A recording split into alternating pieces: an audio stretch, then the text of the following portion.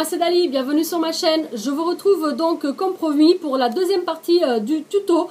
Désolée, c'est vrai que la vidéo était déjà un petit peu trop longue et j'ai préféré couper en deux pour qu'elle puisse charger aussi plus vite. Et comme ça vous permet aussi de suivre la première partie pour voir les découpes et les mesures de notre lodet d'enveloppe. Et puis maintenant, du coup, vous voyez la deuxième partie où on va faire l'assemblage de toute notre lodette. Je vous rappelle donc que nous avons 5 pièces. Donc, c'est-à-dire, on a notre pochette principale. Nous avons 2 petites reliures que nous allons utiliser pour refaire une deuxième pochette ici un peu plus importante. Voilà. Nous avons notre pochette du haut. Voilà. Qui va venir ensuite se positionner juste ici pour vous donner une idée de ce qui va se faire. Voilà. Et on a le petit rabat pour la pochette du haut qui va venir se positionner juste comme ceci. Donc on va se retrouver avec une pochette ici, une pochette qui se ferme donc juste là, une grande pochette ici avec donc hop, les rayures comme ça, les petits accordéons, et une toute petite pochette ici à l'avant. Voilà. Donc si jamais vous avez 2 blocs du même papier, parce que vous savez que dans les feuilles il n'y a pas 2 feuilles pareilles, vous pouvez utiliser en fait à nouveau ce papier là pour faire le rabat, et du coup ça fera un petit peu plus de contraste. Voilà. Moi, comme j'en avais pas, parce que j'ai que un bloc de ce papier-là, du coup, j'ai choisi le même papier. Après, vous avez aussi la possibilité, si vous le souhaitez, si vous avez par exemple une feuille foil, juste comme ça, brillante, en fait, miroir, de cette couleur, de aussi l'utiliser pour ça. Voilà. Donc, c'est parti, on va commencer par d'abord coller donc, notre pièce principale. Moi, comme je vous ai dit, je préfère utiliser la colle, mais si vous préférez, donc vous pouvez utiliser du double face. Voilà. Donc vous avez vu qu'ici, ce petit bout, il est plus grand, donc il se superpose. On a 1,5 cm, j'ai laissé de la marge exprès, donc du coup, on va mettre de la colle sur ce 1,5 cm. N'en mettez pas trop pour pas que ça déborde. Et avec mon outil de pliage, je vais venir marquer. Je ferme cette partie parce que vous vous souvenez, ça gondole un peu. Donc il faut que ça soit tout de suite bien collé. On va chasser un peu vers l'extérieur en fait. Voilà. C'est important de bien utiliser votre outil en fait pour bien que votre colle adhère. On fait attention à ce que ce ne soit pas collé à l'intérieur. Donc on rentre notre main avec attention et c'est nickel.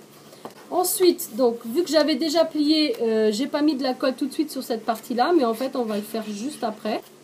Pareil, on le plie tout de suite pour qu'il prenne tout de suite le mouvement. Voilà, faites attention de ne pas en mettre tout de suite trop. On va faire comme ça. Ça donne ceci. Voilà. Donc maintenant, on va relier ça avec ça en utilisant nos 2 petites rayures comme ceci. Donc on va venir positionner de la colle d'abord sur ce côté-là. Donc celui-ci, vous voyez le côté extérieur qui est joli, je vais le mettre vers l'extérieur. Et après, ça va venir se positionner comme ceci. Donc là, c'est un petit peu trop grand.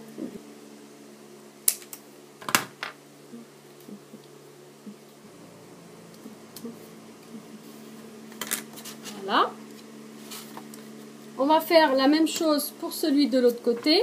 Alors en fait, j'ai remarqué en collant celui-ci que, étant donné qu'ici, en fait, on n'a aucune marge, il faut l'éloigner un petit peu du bord.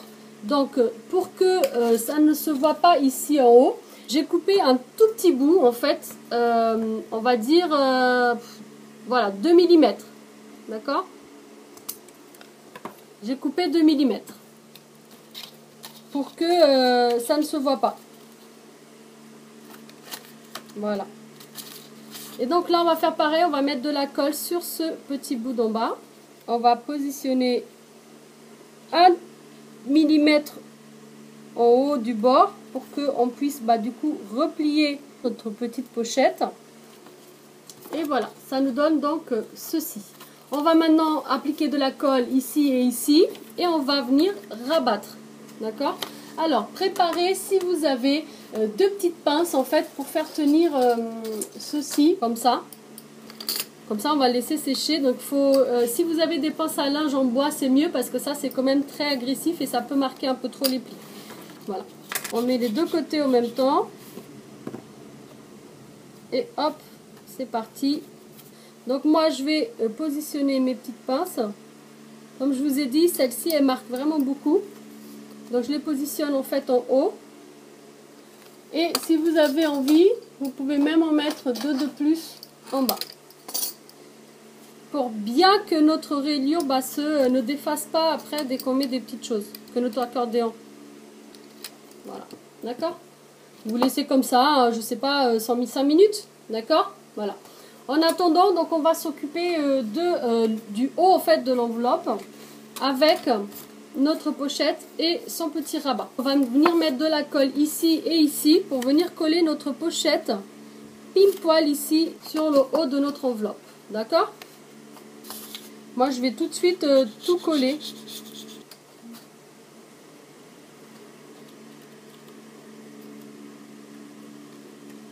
Je marque bien pour que ça colle bien en bas et sur les latérales. Ça donne ceci. Donc, on va également laisser sécher. Donc, je prends le bas de l'autre. Je la mets ici. Donc, voilà.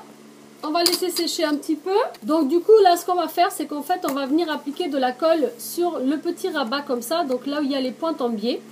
Et on va venir le mettre. Donc là on va quand même enlever ces pinces après pour coller. Non pas. Donc hop.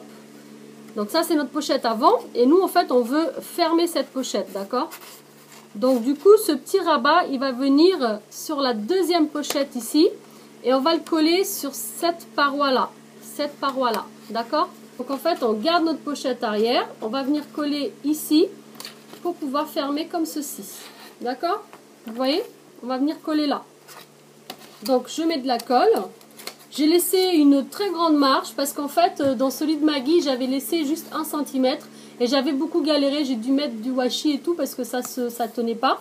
Donc du coup là j'ai préféré faire comme ça. Ce que l'on va faire en fait avant de coller, c'est qu'on va venir refaire un petit marquage à côté de notre pliage. En fait, on va venir replier. Je ne sais pas si je me fais comprendre, je vais vous montrer.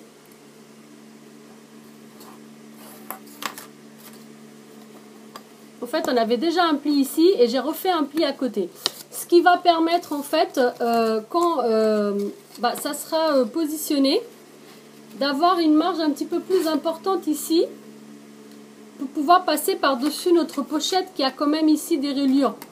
Voilà, d'accord. Pas que quand on ferme ici de ce côté, ça essaie de sauter. Voilà. Une petite astuce, hein. Après, faites comme vous voulez. Donc je remets de la colle un peu de partout. Et c'est parti. Voilà. Donc là, on peut enlever les pinces du bas, hein, histoire de pas que ça soit trop marqué non plus. Le fait de en fait marquer bien avec notre plioir, la colle elle adhère vraiment bien, hein, et la colle de chez Action elle est vraiment pas mal. Donc je vais venir juste là où je l'ai collé avec mon plioir. Ça sert à rien de mettre 3 tonnes de colle non plus.